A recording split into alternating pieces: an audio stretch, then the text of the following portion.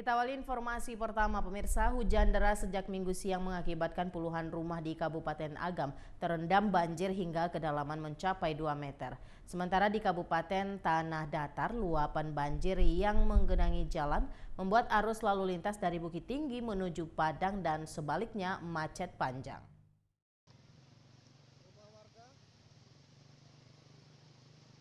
Sebanyak 32 rumah warga di Jorong Sungai Buloh, Nagari Cingkareng, Kecamatan Banduhampu, Kabupaten Agam, Minggu sore terendam banjir. Ketinggian banjir bervariasi antara 60 cm hingga mencapai 2 meter. 5 rumah terdampak paling parah dengan ketinggian banjir 1,5 hingga 2 meter. Merendam rumah milik Anton, Nasri, Tommy, John, dan Mardies. Banjir yang diduga akibat saluran irigasi meluap karena tidak kuat menampung volume air juga membuat halaman kantor Mapolsek Banduhampu, musola, warung keripik Sanje, dan taman belajar tahfiz Quran kebanjiran. Wali Jorong Sungai Buloh, Refli Naldi, menyebutkan hujan deras yang mengguyur di kawasan tersebut sejak Minggu siang membuat saluran irigasi Banda Potong dari Gunung Singgalang meluap. Tingginya volume air dari saluran irigasi membuat air meluap ke jalan raya dan merendam pemukiman.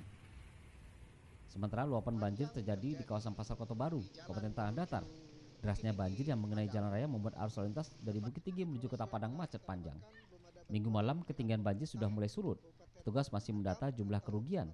Petugas BPBD Kabupaten Agam bersama warga mengevakuasi korban banjir dan melakukan pembersihan di lokasi banjir. Untuk masyarakatnya di sini. Dari Kabupaten Agam dan Tanah Datar, Wais Kumbang, Ainis melaporkan. Ke Nagarian Cingkareng, dan dari sini kita bisa melihat